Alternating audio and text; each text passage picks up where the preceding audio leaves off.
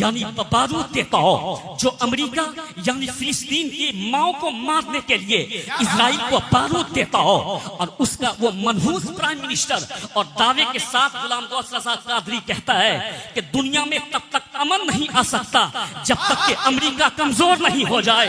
यानी जब तक अमेरिका कमजोर न होगा और उमर फारूक आजम का कोई गुलाम सलाहुद्दीन की शक्ल में और कहता हूं मोहम्मद बिन कासिम की शक्ल में दुनिया में नहीं आ जाता, तब तक दुनिया में अमन नहीं आ सकता है। अमन का वाहिद रास्ता है मुस्तफा की गुलामी को इख्तियार करना पड़ेगा, उसके अलावा अमन आ ही नहीं सकता है। मैं आपसे कहना चाहता हूं कि जब लौट करके आता है तो उससे वो मौलवी पूछता है कि तुम जो उल्टे कदम लौट करके आई है कहां लिखा हुआ है। मैं उस मौलवी से कहता हूं अभी रियाज में ये डोनाल्ड ट्रंप गया था तो वहां सारे इनके मौलवी मौजूद थे और इन्होंने अपने औरतों को बेपर्दा करने का काम किया। शर्म आनी चाहिए। कयामत बहुत करीब है, सारी निशानियां जाहिर होती चली जा रही है, यानी कयामत बिल्कुल करीब आती चली जा रही है।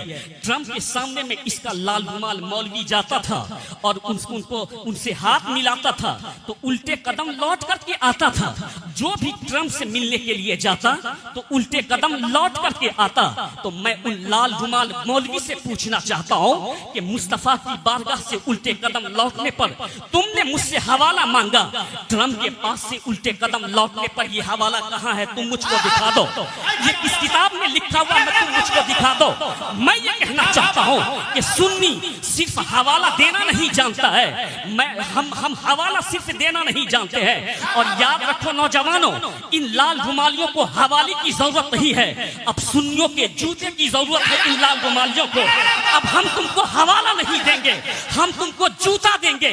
और साबित हो गया कि तुम सारे नस्ली मुल्ला वहाबी ट्रंप के गुलाम हो।